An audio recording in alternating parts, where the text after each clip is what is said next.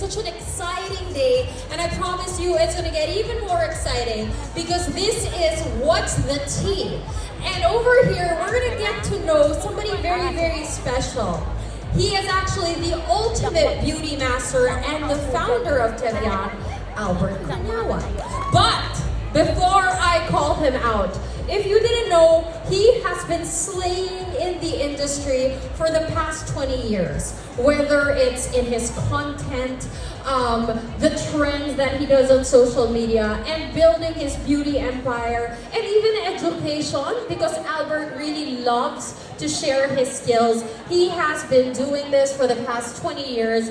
And in the next 30 minutes, we're gonna get to know Albert even more, his personal life, what's it like to, start out as a makeup artist and then build a business. All of these things that can inspire people here who are, probably dreaming of having your own makeup brand someday, your own beauty brand someday. This is the place to be. So without further ado, I'd like to call on my mentor, ang taong nagturo sa akin mag-nose line ng tama. And very, very dear friend, give it up for ALBERT KURNIAWAN! A beautiful afternoon, everyone. Hi, guys. Hello. Hi, Mika. Hi. Okay, Albert, let's go. Okay. How are you feeling? I feel happy to be part of these events today. In fact, kakarating ko lang from abroad 2 a.m. So wala ka pang tulog? Medyo, pero okay lang. Life must go on pa rin. Life must go on, and please, yes, a round of applause for Albert.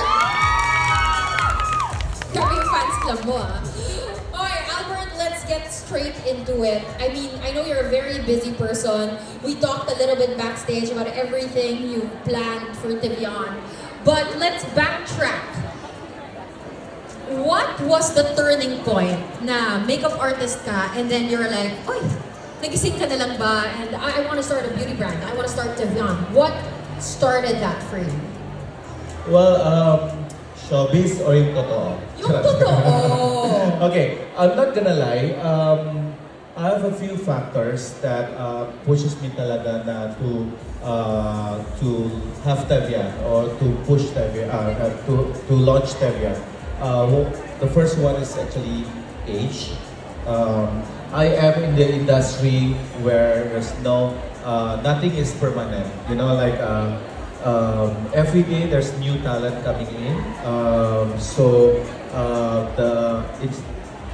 I just want to have a little bit of security. So I keep on thinking what is next for me. And then of course, second factor is I grew up in the family that really pushes us to the limits. So it really gives me a lot of challenges also, and really wants to prove them that I can do it also. And then thirdly is because of you guys also, because to make beauty products, more accessible beauty products with a good quality that can compete with international brands. I love it. I love the truth in those answers. But let's himayin natin. No? Let's go through that. You did mention family, and I know you share a very close relationship with your parents, especially your mom. How has your mom been instrumental in what you do for Teviant? Okay, my mom is the first person who made me fall in love with makeup for the first time. That's why I named the brand that I have is Teviant, because it's her name. Okay, so she's not only my number one fans, but she's also my number one critics and my number one bashers. I think we need the kind of person in our life to make us stay grounded. All right. The reality. The reality, yes. And then also, my dad is really ang laki tulong niya sa akin in term of teaching me and guiding me in term of the business aspect of Teviant. So until today, So every single day is a learning process pa rin sa amin sa Teviant and for me. So if I'm lost or if I need a guidance or if may tatanungin ako sa kanya, and then sometimes when he's here, I give him full access to check everything from the operation, production, and also financial book, kung tama ba yung ginagawa ko. So, I guess both of them is really giving me the strength to keep on going and also to make me feel secure also na tama ang ginagawa ko. I love that, right? I mean, family is a really good motivation. Well, yes. I mean, like, I know that we are, as a human being, we are a social being. But after all, you always come back to your own roots and then you feel secure and you feel home with your family. But what do you call this, Albert? I mean, Teviant has been around for the past 7 years. I'm sure you went through seasons wherein, oh, that was a mistake. Oh, that was a good decision, right? Were there certain lessons that you feel you would have wanted to know before that can inspire our beauty lovers here who are thinking of, coming up with a beauty business? All right. Probably that the things that I would like to say to my younger self or to you guys who would like to have or to start a business in terms of beauty retail or starting a career as a makeup artist, always believe in your own talent, believe in yourself because nobody else gonna believe you first. You yourself, the one who should believe you yourself first. Okay, because the way you believe when you believe yourself, you act it and then you embrace it, and it will portray the way you move, the way you act to people, the way you respond, the way you react to people, and the way you communicate to people, and the rest will just follow. So believe in yourself. Kasi sometimes self-doubt is our number one. I mean, it's really, really normal to have a self-doubt. Pero yun na, lagi ko, okay, I'm going to share you my personal experience. When I was younger, I have this habit that I keep on writing on the mirror on my bathroom. Writing using a marker or using a lipstick. So it will become a habit for me. So the first thing that I wake up, that's the first thing that I will see, and the last thing that I will see before I sleep. So all my dreams, all my target, all my goals there. So basically, your vision board was your mirror. Yes. So that's what really pushes me whenever I have doubt, whenever I am tired, whenever I am burnt out. So I mean, I'm not gonna lie, we are human, right? So there are times talaga na nakakapagod, nakaka-stress, di ba? So sabi ko para, every time I see that, oy girl, hindi ka pwede magpahinga, ang layo pa yung dream mo. So, you have to stay focused talaga. Okay, so alam nyo na, pag uwi, susulatan natin lahat ang mirror natin. Okay? But Albert, I know you have a very interesting story of how Teviant came to be. Before we jump into the details about Teviant, I just want everybody here to know, that kind of story. Because I know you went to the Philippines with hardly anything, just a dream. And all those dreams on your mirror, what was that like? It was scary. I'm not gonna, sugarcoating it. It was scary. I was like 22. So, I was bringing only with me $100 to move to the Philippines. So, it was really scary. And then I really think a way, how am I going to survive? How am I going to last? Because like what I said earlier, I grew up in the family na my dad is really strict. When you graduated talaga, kailangan ka magtrabaho for him. So, ako, pinakita ko talaga sa kanya, if I take a decision, there's no turning back. And I think I used that as a motivation that I have to prove and to do something. And luckily that I got the opportunity to do something that I love the most, to make it as my bread and butter. And you made it. Yes. Right? It's here. And that's because everybody here in the Philippines also, and they embrace me, and they, they welcome me really well. It's all about, back again, the first time I mentioned kanina, your self-belief. I try to believe, because when I first moved here, guys, the trends of beauty was there's no makeup look, no mascara, as in minimal mascara, minimal eyebrow, there's no false lashes yet that time. And then eyeliner also ayaw rin nila. And then I was growing up in Indonesia, where we love everything plakado, everything pakak, parang yung full on glam. So I try to find a way how to adjust to the Filipino needs, and then introduce with a distinct style to be different. Because I was thinking when I moved to the Philippines, there are so many famous and magagaling makeup artists. So basically, if I do the same what they're doing, so the competition is parang nobody will care for me, because okay, I'll go with this one kasi may pangalan na, tapos the same result. So during that time, I have to think outside the box. Okay, sabi ko parang sige, what I will do, I'll do a soft glam bridal makeup.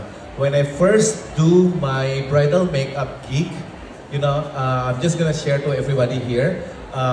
I still remember, and I still keep in touch with that bride.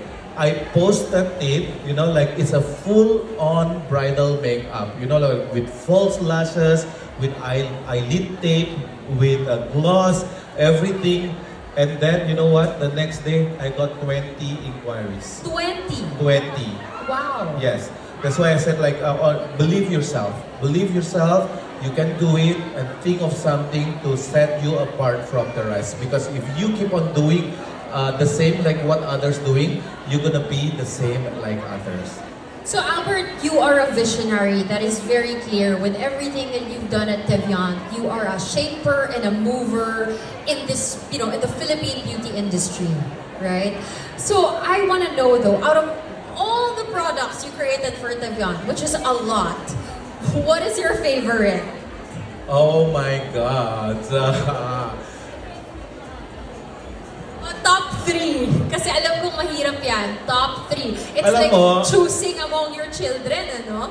So, top 3. Nika, you're throwing question like you're asking a parents kung sino yung favorite kid niya or favorite child niya, di ba? Ang hirap piliin yan. So because my products in Teviant is like my babies, But, okay, it is what it is. Oh my God. Sige, para Okay. to narrow down, complexion. Which of the complexion products? I think I'll brave to answer it. I will have to pick.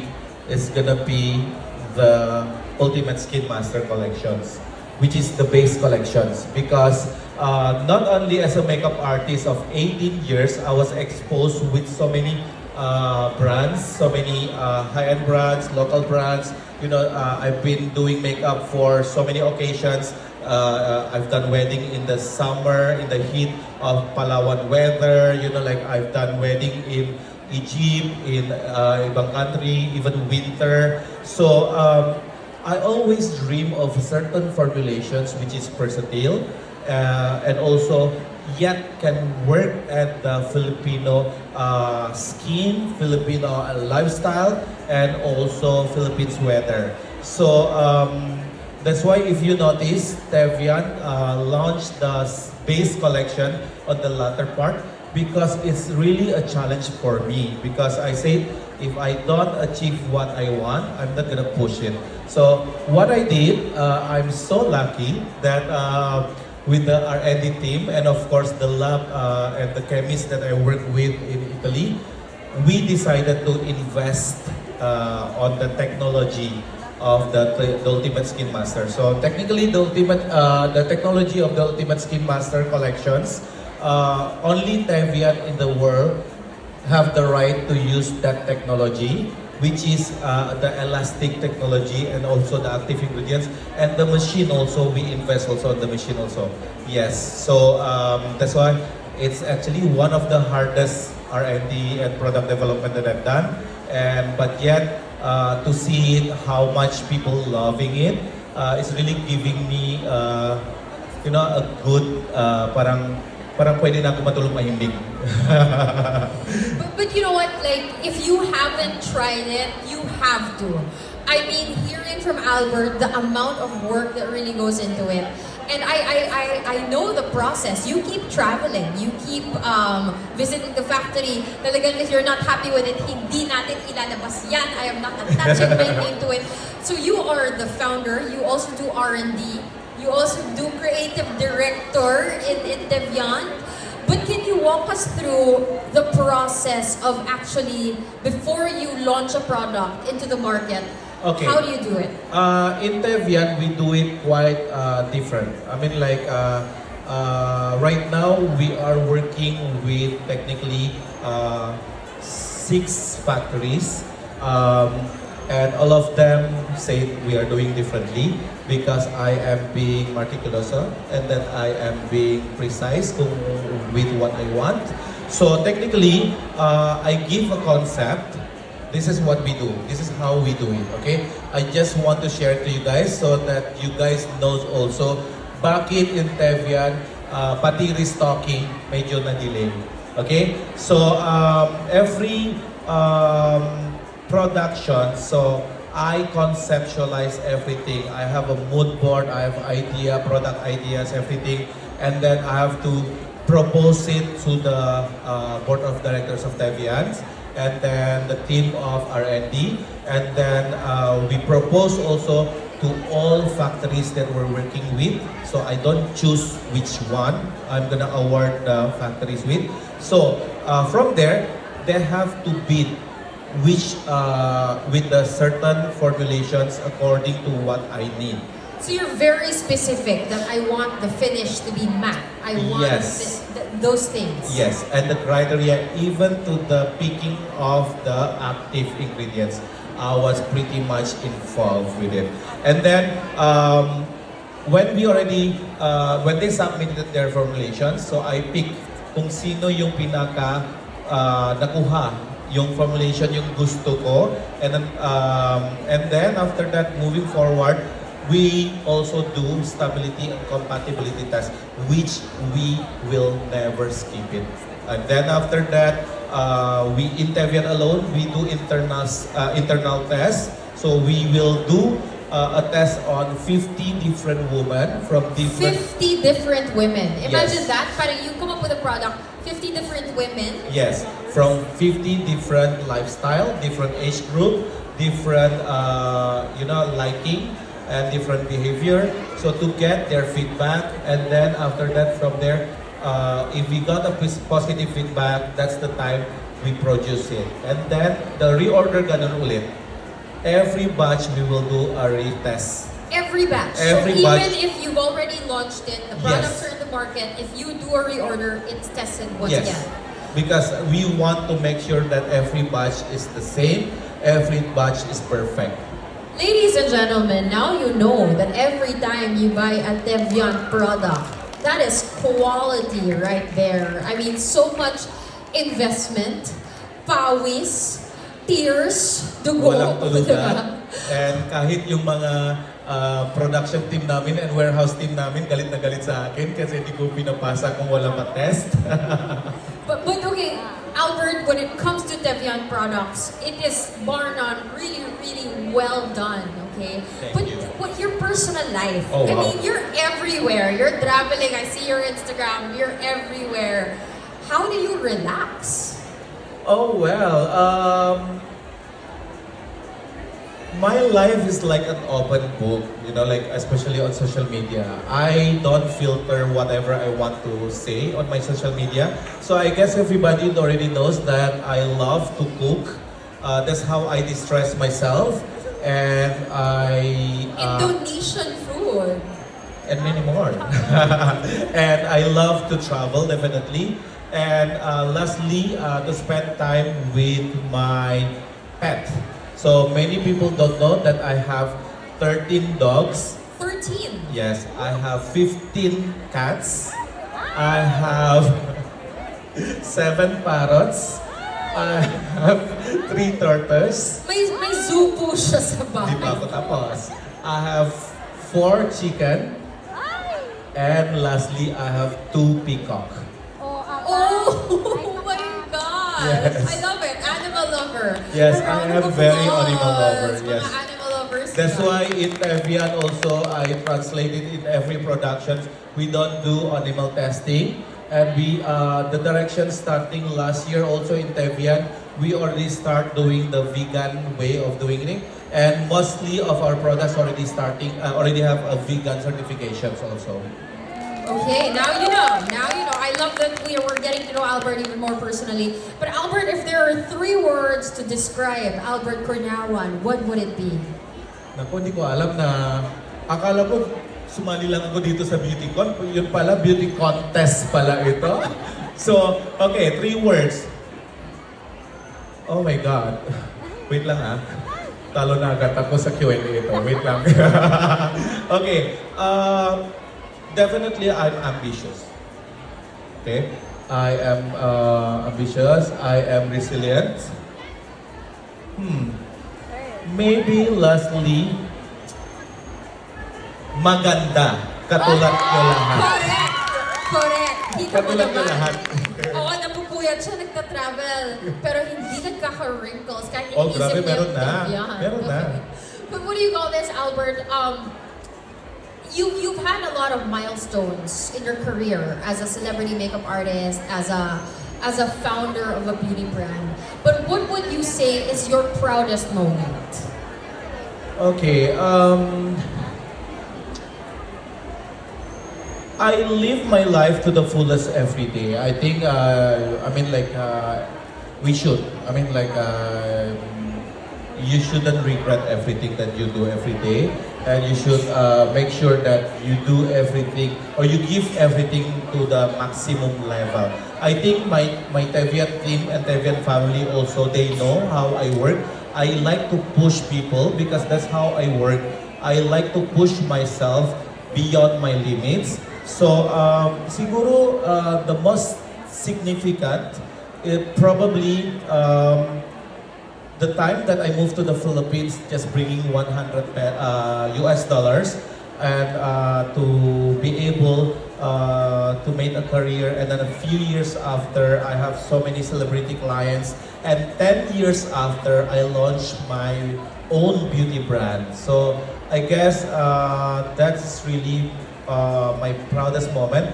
And lastly is to be an Indonesian moving to the Philippines, not knowing anyone and not knowing a single Tagalog word.